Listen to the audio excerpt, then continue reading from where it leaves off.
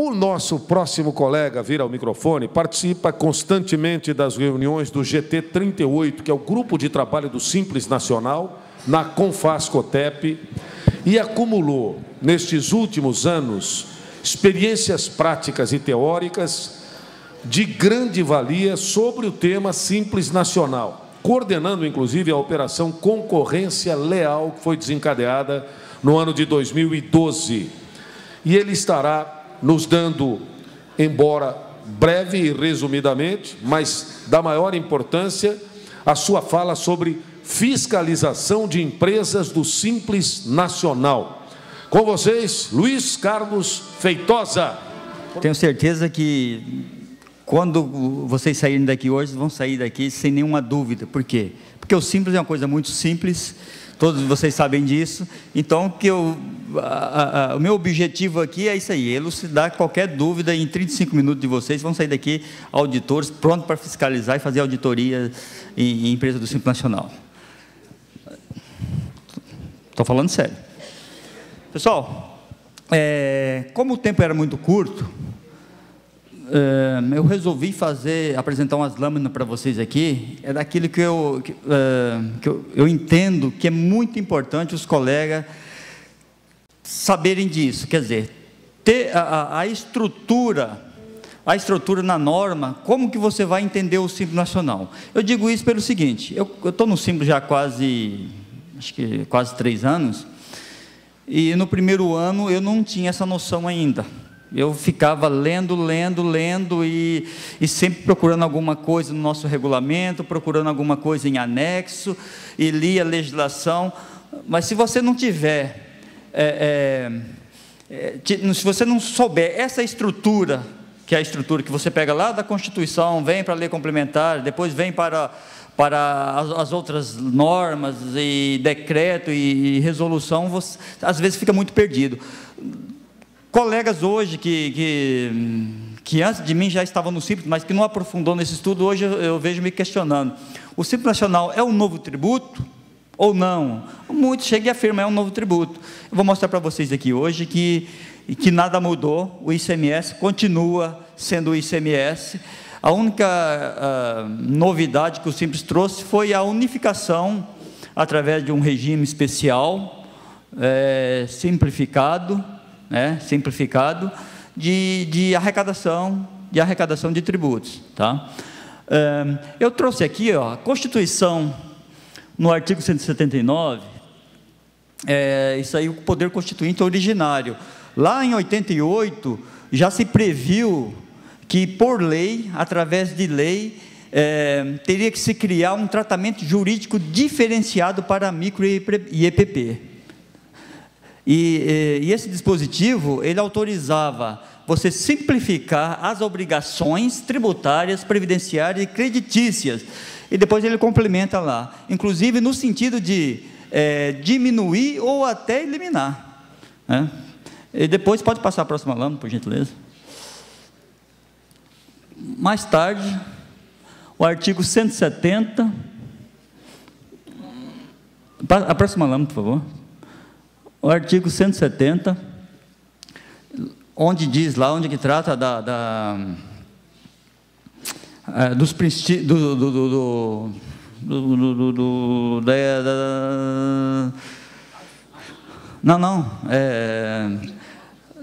ordem econômica, obrigado, ordem econômica e financeira, onde trata dos princípios. Lá no inciso 10, aí já é uma emenda constitucional, que é em 95, dizia que o tratamento favorecido para a EPP, se é para a EPP, também seria para a micro.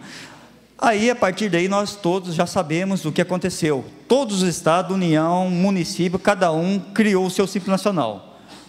A gente tem lembrança do nosso aqui, né? Nós tínhamos um Simples aqui que era um horror, dava crédito cheio, né? O estado pagava para ter o Simples Nacional. Então, foi por essas autorizações constitucionais, tá? Artigo 79 e depois o 170. Pode passar, por favor, passa a próxima lâmina. Quando foi em 2003, com a emenda constitucional 42, foi introduzido no artigo 146D a possibilidade de se criar um regime único de arrecadação de imposto e contribuição, tanto da União, Estado e município. Veja que a linha D, ela colocou, ela autorizava essa lei ficar no mesmo patamar das leis complementares que nós já temos, que é o CTN, a lei 87, a 24, a lei do ISS, que é a 116. Então, assim, a lei complementar que consta nesse artigo 146, ela, depois eu vou colocar no quadro abaixo a hierarquia das leis, só para vocês terem uma noção. Isso significa que uma lei, ela pode revogar a outra. Significa o seguinte, que a lei 123, naquilo que o CTN for contrário a ela revoga o CTN. Tá? Ela, em nenhum momento, ela fala em fato gerador. Ela não, por isso que o Simples Nacional, que o ICMS no Simples Nacional continua a mesma coisa. Porque a lei complementar, ela veio tratando de normas gerais, tá? Ela veio tratando de normas gerais, mas ela não trata de fato gerador. Ela trata todos os tributos, ela só coloca assim, a única coisa que ela fala é a questão da base de cálculo, porque e assim mesmo ela não explicita, a base de cálculo do Simples Nacional, não, ela não fala, jamais ela fala isso.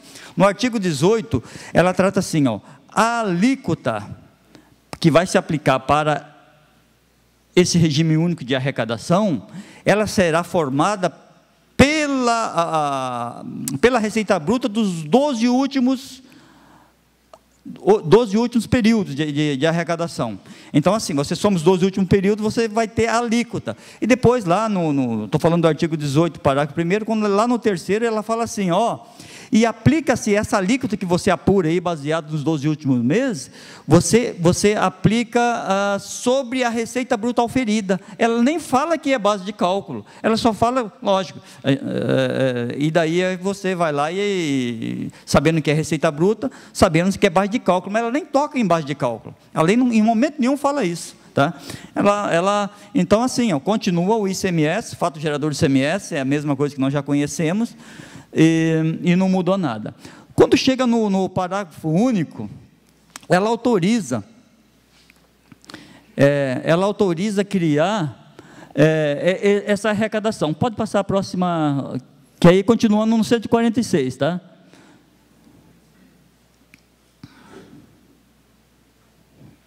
Não, volta, por favor. Passou uma.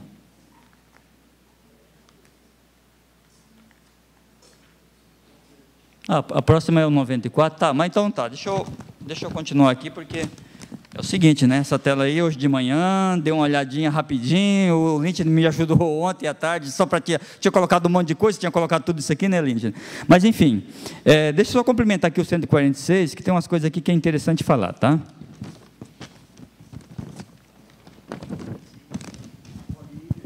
Não, a colinha, né, para não pensar. O 146, a hora que ele trata no parágrafo único, que ele diz que autoriza a criar um regime único de arrecadação, daí ele complementa lá no inciso 1º, isso é depois do parágrafo único, tá? Que esse regime será opcional, entra quem quer, e depois no segundo ele diz que poderá ser estabelecida condições de enquadramento diferenciado por Estado.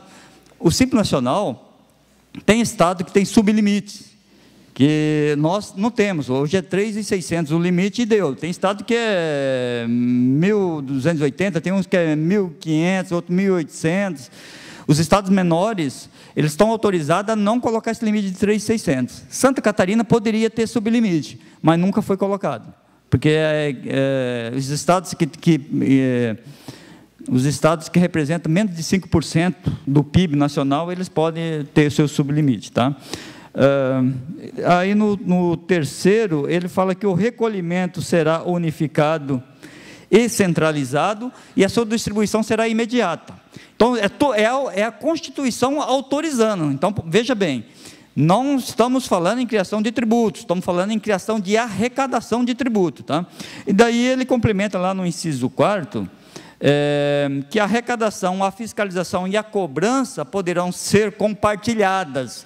Ele não fala que deverá ser compartilhada, poderá ser compartilhada. Então, assim, ó, o Simples hoje,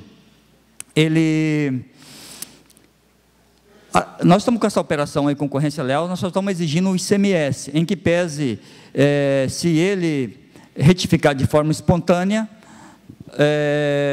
vai se pagar todos os tributos, mas aquele que não fizer a retificação de forma espontânea, vai ser cobrado só o ICMS, porque só podemos lançar na fase transitória. Mais para frente eu vou mostrar para vocês como nós vamos fazer isso, tá? Pode passar a próxima lâmina, por favor? Tá, carrega. Artigo 94. Isso aqui está lá nos atos das disposições transitórias, tá? Da Constituição Federal, que traz o seguinte: ela revoga, ela diz o seguinte: quando sair aquela lei complementar que está lá, que é a 123 que já saiu, ela revogaria qualquer norma relativa a microempresa e EPP. Então, assim, ó, ela revogou. Publicou-se a lei 123, o restante está revogado. Aí, nosso anexo 4, vocês sabem muito bem disso, ele desapareceu, agora está reaparecendo devagarzinho, tá? Mas o que tem ali no anexo 4 é algo que já tem nas resoluções, porque achamos importante colocar ali, porque os colegas procuravam alguma coisa de Simples Nacional, não encontravam nada. Pode passar a próxima, por gentileza, amigo?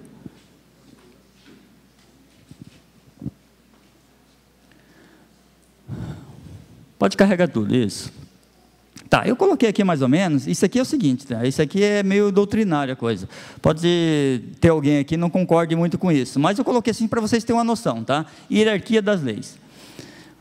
Para vocês entenderem como que é o Simples Nacional. Veja bem, Constituição Federal e a emenda, coloquei na mesma, até tinha colocado a emenda um pouquinho abaixo, daí o Lynch me lembrou, ó, a emenda, ela, quando está tramitando, ela está abaixo, uma vez que ela é promulgada, ela entra na própria Constituição, né? Daí eu coloquei as leis, tá? Vocês vão falar assim, muitos vão falar assim, pô, mas lei complementar, lei ordinária não tem hierarquia. Aí tem uma parte da doutrina que entende que há hierarquia, sim, eu também entendo assim, que aquela lei complementar que está lá na Constituição, devido ao seu aspecto formal, que precisa de maioria qualificada, e a Constituição que diz que quando necessita de quórum privilegiado, então a gente entende que ela está acima das outras leis complementares.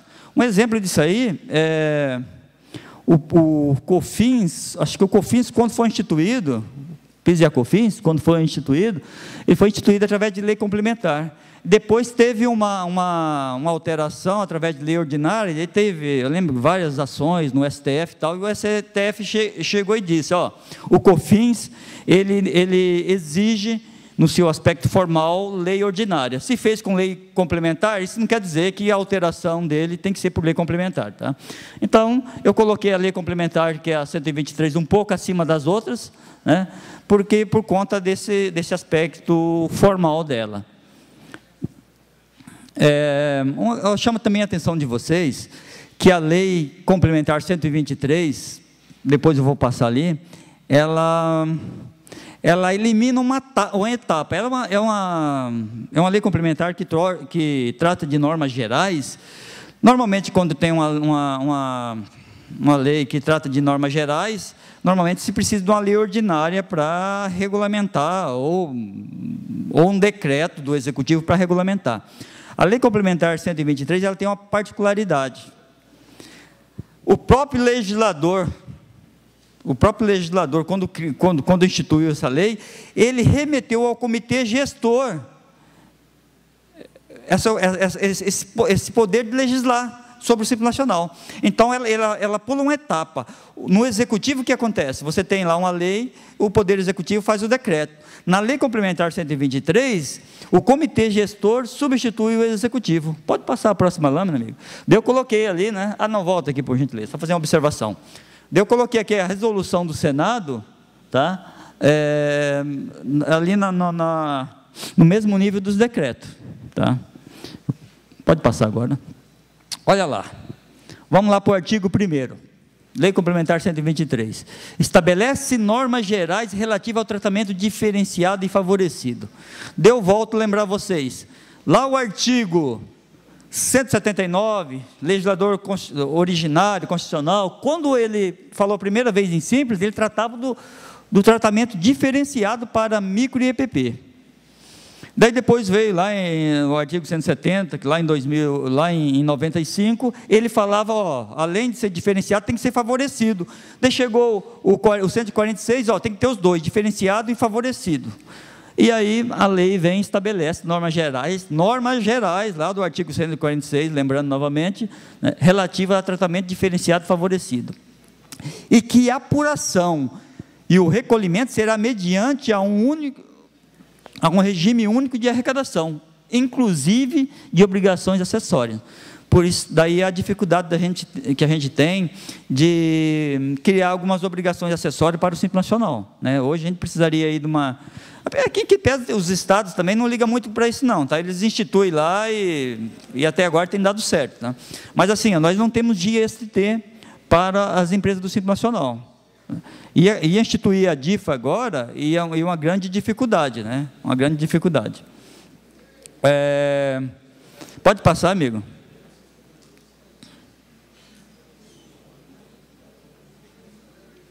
Olha só.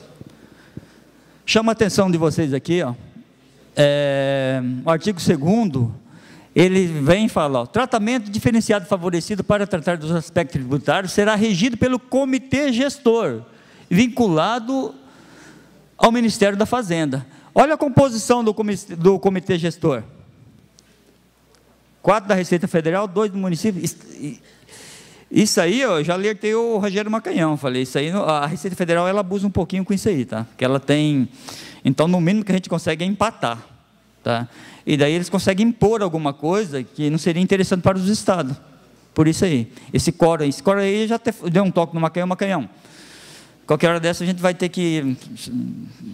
A gente já está trabalhando lá no GT sobre isso aí, tá? A gente já mexeu um pouquinho, o pessoal fala, olha, vai ser briga, mas eu acho o seguinte, essa lei aqui ela é reformada quase todo ano, tá? O pessoal gosta de mexer nessa lei. Nós vamos deixar pronta aí uma minuta só para mudar esse coro aí, eu acho que tem que igualar, 4, 4 e 4. Não tem por que uma esfera... Ter o privilégio de ter voto maior do que outra, tá? Olha lá, ao comitê gestor compete regulamentar. Olha só, pessoal, como que é isso aqui? Regulamentar, opção é para quem vai entrar, exclusão para quem vai sair, tributação e fiscalização. Tá vendo? A lei complementar autorizada pela Constituição delega ou autoriza o comitê gestor a legislar. E é isso que o comitê gestor faz através das suas resoluções. As resoluções, o colega quando busca alguma coisa do Simples Nacional, do nosso regulamento, ele não precisa buscar no regulamento, ele tem que buscar na resolução. A 94, que vamos dizer assim, não é o regulamento do Simples Nacional, tá? Não é o regulamento, mas é uma junção de todas as resoluções que tinha, ou quase todas que tinha até então. Ficaram algumas coisas lá que não diz respeito à parte tributária, tá?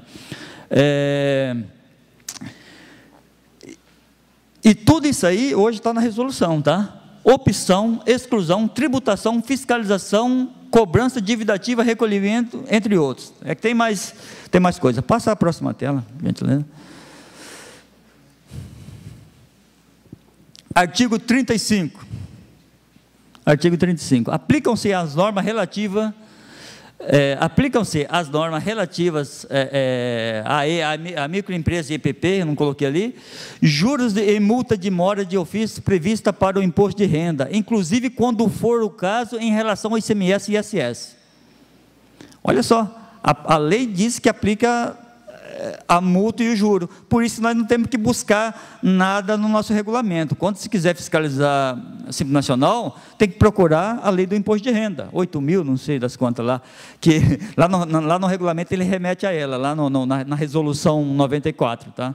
Então, Simples Nacional é isso aí, mesmo que agora que nós vamos lançar só o ICMS, a fundamentação é isso aí, lei do imposto de renda, tá? Pode passar a próxima, por gentileza.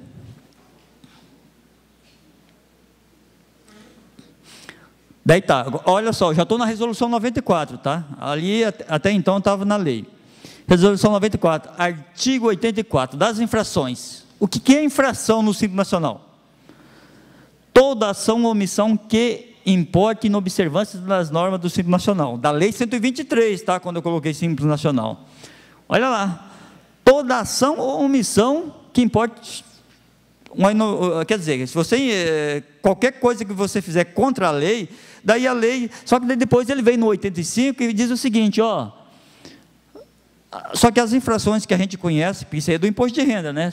São as omissões de receita, diferença de base de cálculo e insuficiência de recolhimento dos tributos do Simples Nacional. Daí muito colega aqui vai se perguntar, pô, mas falta de recolhimento, insuficiência de recolhimento, isso não é infração. O cara declarou, ele só não pagou. Mas no Simples Nacional tem umas coisas ali que eles inventaram no imposto de renda, que eles consideram, eles dão esse nome aí. Por exemplo, cara, você fez, eu faço uma fiscalização até 2012, tá? Quando eu faço essa fiscalização e retroajo no passado, aumenta-se a alíquota, para frente, ou pode-se aumentar a alíquota para frente, caso ele ultrapasse a faixa. Quando eu faço isso, então eu cobrei até agora, e para frente? Para frente, vamos supor, eu cheguei até dezembro de 2012, daí eu já estou em 2013, em junho, então eu tenho mais 5 meses para cobrar. E aquilo vai refletir para frente, só que só reflete em cima da alíquota, porque a alíquota ela veio e subiu, então aquela alíquota que seria 2%, ela vai ser 2,5%, que seria 3%, vai ser 3,5%. E essa diferença entre que é gerado pela alíquota, cai nesse insuficiência de recolhimento aí. Não concordo muito com isso não, mas está lá. Isso aí, ó,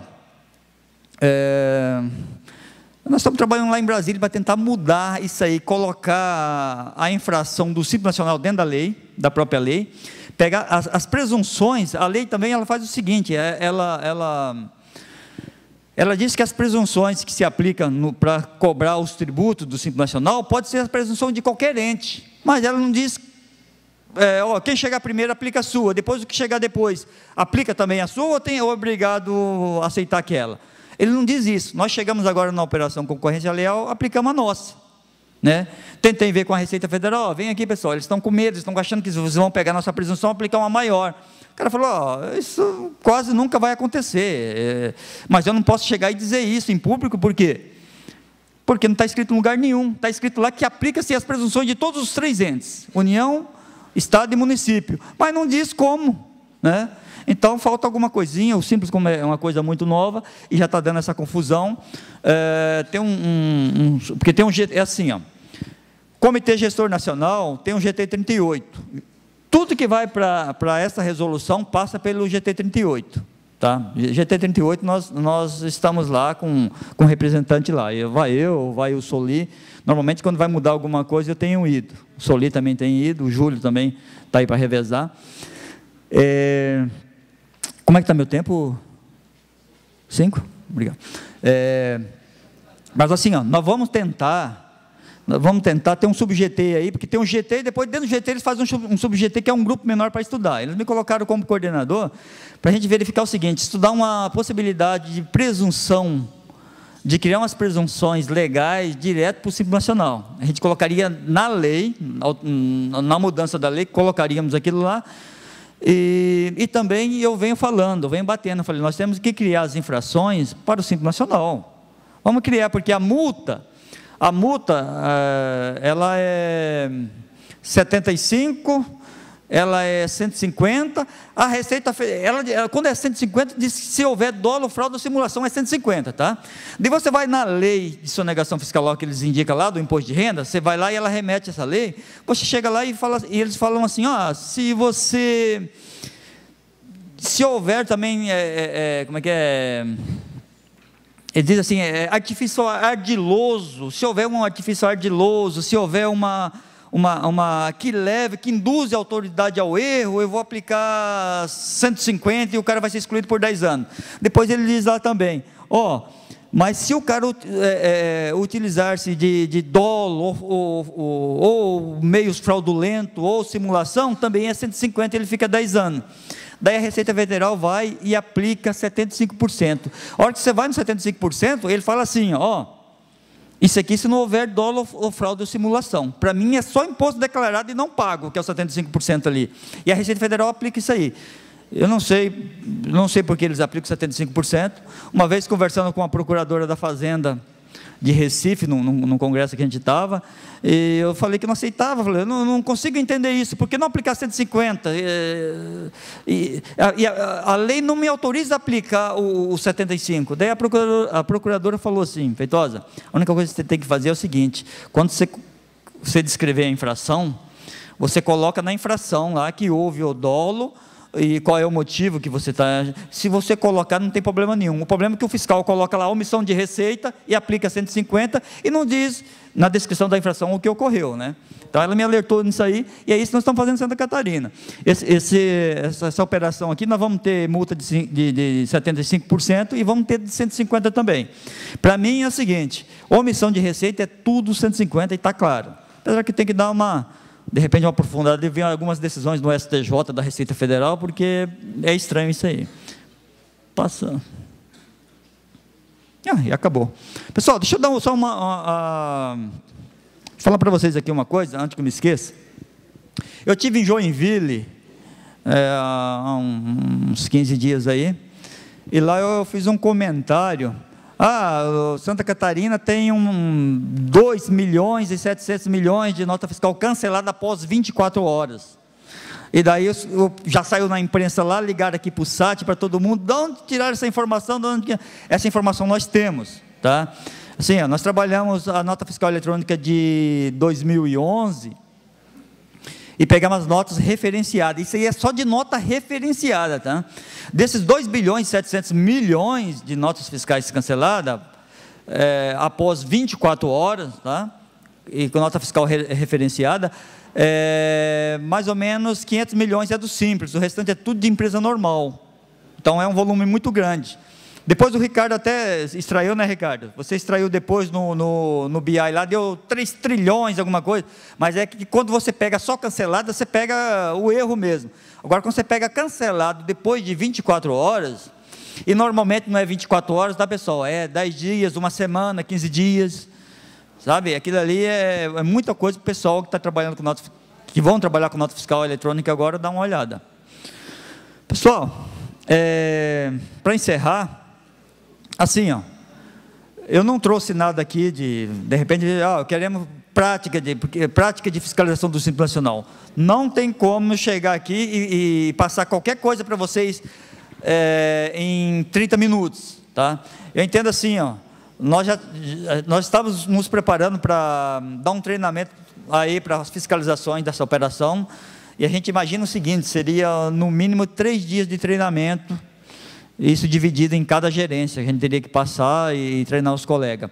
O Júlio, ele está trabalhando num aplicativo também, em Axis, inclusive ele andou aproveitando parte do Pulo do Gato e do Jogatirica também, Júlio, não sei, o Pulo do Gato, andou aproveitando alguma coisa que já era de importação, onde também faz um trabalho, ele joga para dentro, ele importa nota fiscal eletrônica, cartão, se integra, informação de tudo, cria o livro registro de entrada e de saída. Isso aí, assim, ele deu uma parada agora, por quê? Porque nós temos, na operação, ficou 1.000 empresas que ultrapassou o limite, 1.080 mais ou menos, empresas que ultrapassaram o limite, tá? Dos 3.600. Essas empresas iam direto para a fiscalização, mas na última reunião com a DIAT e a GFIS, mudou um pouco o pensamento, nós vamos dar a chance da espontaneidade também para esse pessoal. Aí sim, aqueles que não fizerem de forma espontânea, nós vamos entrar com a fiscalização. Aí o Júlio está desenvolvendo um aplicativo para auxiliá-los, quer dizer, eu estou acompanhando o aplicativo dele, vai ficar muito bom. Tá? O fiscal vai conseguir importar, criar o livro de registro de entrada, de saída, tem a questão da conta gráfica também, de débito e crédito, que nos dá muito trabalho, e está sendo gerado isso aí. Pessoal, obrigado pela paciência, que eu sei que o assunto é chato, mas necessário.